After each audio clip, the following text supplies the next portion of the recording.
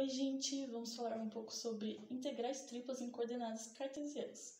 Podemos utilizar as integrais triplas para várias coisas, como encontrar volume de formas tridimensionais, a massa, momentos, entre outras. Para entender as integrais triplas via soma de Riemann, fica mais fácil quando entendemos o processo dessa soma em integrais simples e duplas. Em cálculo de área com integrais simples, a soma de Riemann consiste em fatiar uma área para gerar uma aproximação de sua medida. Comparando os gráficos, podemos observar que esse que tem mais partições cobre maior parte da área examinada, chegando mais próximo do valor real. Para encontrar o valor real, separamos a área em infinitas partes extremamente pequenas, para atender todos os valores da curva, com sua largura tendendo a zero e a quantidade de partições tendendo ao infinito. No cálculo do volume, a soma de Riemann consiste em fazer o somatório da área de todos os retângulos multiplicados pelo valor da função em um ponto qualquer dentro dela. Quanto mais retângulos de área menor, melhor a aproximação, já que a função não seria reta e sim curva. Conforme aumentamos o número de partições e diminuímos seus tamanhos, o valor da área ou volume se aproxima do real, e dessa forma fica a equação, com o limite do tamanho da partição tendendo ao infinito. E é dessa mesma maneira que vai funcionar o cálculo da massa. A massa é a densidade vezes o volume, e o volume é a área vezes a altura. Imagine que há um sólido em 3 dimensões nessa região, onde a sua densidade não é constante. Como vamos encontrar o valor da massa nesse caso? Para encontrar o valor da massa, precisamos dividir o sólido em mini paralelepípedos e somar as massas de todos eles. A massa de cada paralelepípedo é o valor do seu volume vezes a função densidade num ponto qualquer dentro dele.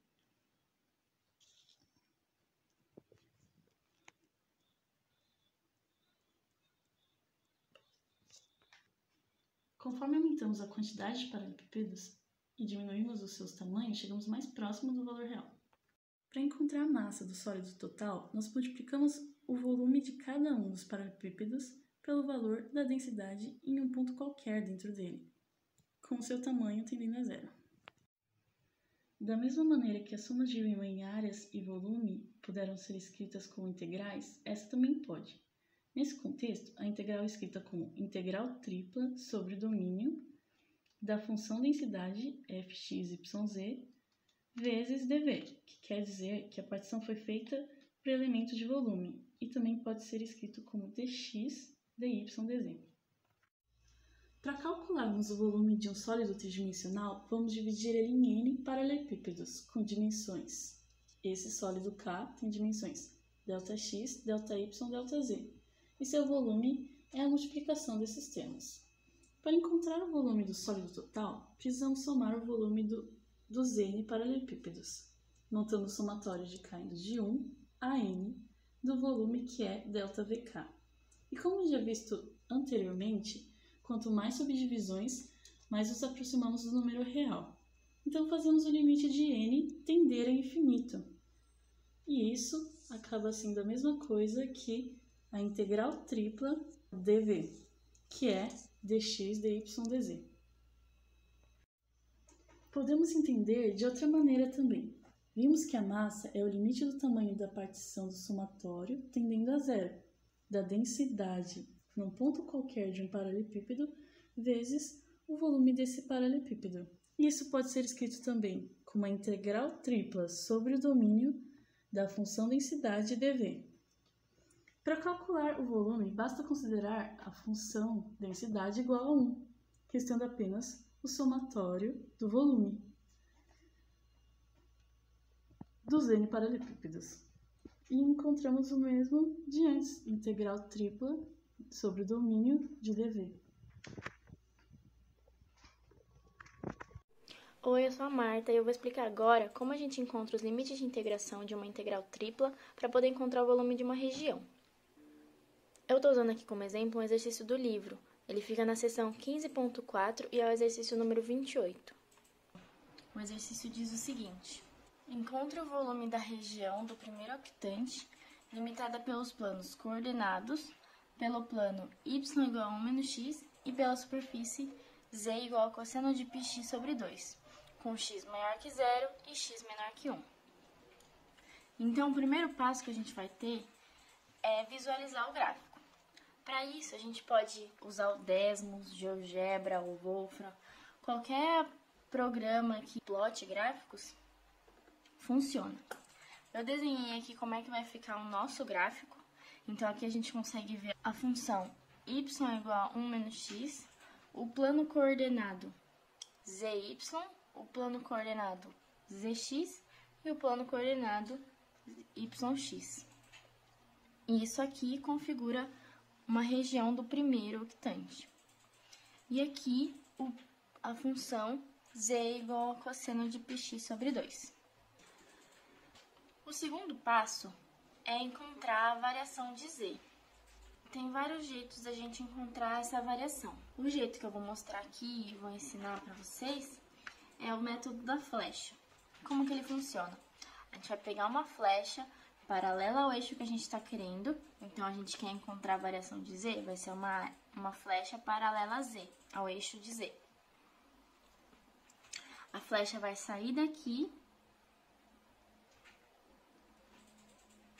atravessa aqui no meio, então seria no plano XY,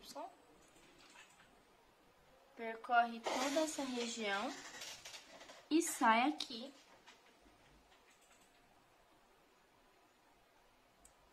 na função z.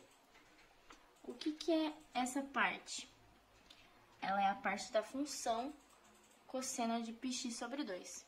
Então, aqui é z igual a cosseno de πx sobre 2.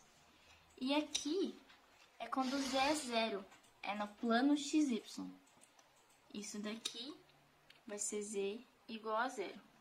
Então, a gente vai ter que a variação de z, ela vai ser de z0 até z igual a cosseno de πx sobre 2.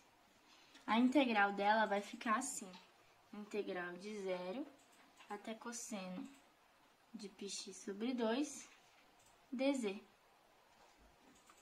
O próximo passo é a gente encontrar as variações de y e de x no plano xy.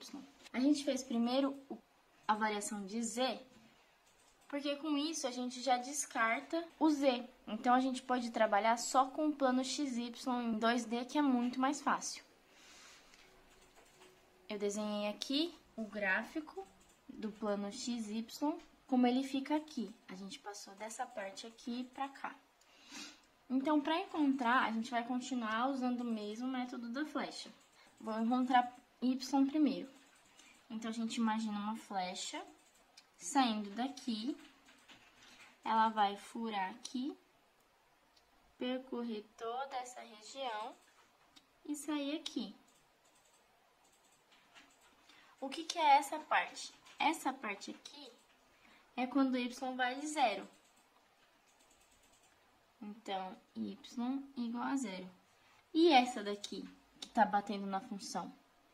É quando y é igual a 1 menos x, que é essa função que ele deu. E agora, por último, o x. O x, ele tem que ser variável entre constantes. Por quê? Porque ele vai ser a nossa última integral. A gente não pode terminar uma integral com alguma variável em x, y ou z. Então, a gente sabendo disso, a gente vai pegar a mesma flecha paralela a x, atravessando daqui, fura no x igual a zero, atravessa todo isso daqui e vai sair no x igual a 1. Então, a gente tem que x igual a 1 aqui e x igual a 0 aqui. Como ficam as nossas variações? A variação de y vai ficar y de 0 até y igual a 1 menos x. E a integral dela vai ficar de 0 a 1 menos x dy.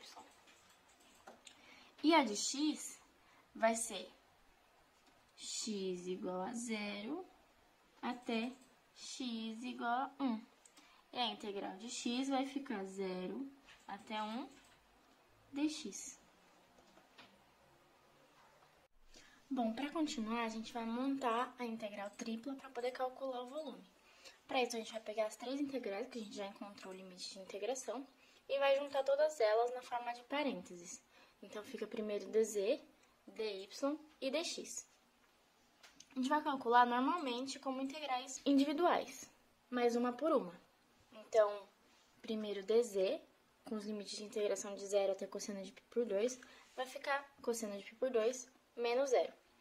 Em seguida, a gente vai fazer o dy, colocar aqui os limites de integração do dy, e daí calcular. Mas para continuar calculando, a gente vai precisar fazer essas duas integrais. E para isso, dá para a gente usar substituição, que foi o que eu fiz, ou também dá para fazer por partes.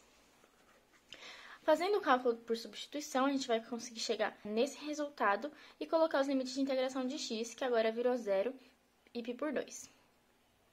Com isso, a gente vai chegar no resultado, que vai ser 4 sobre π², unidades de volume. Obrigada!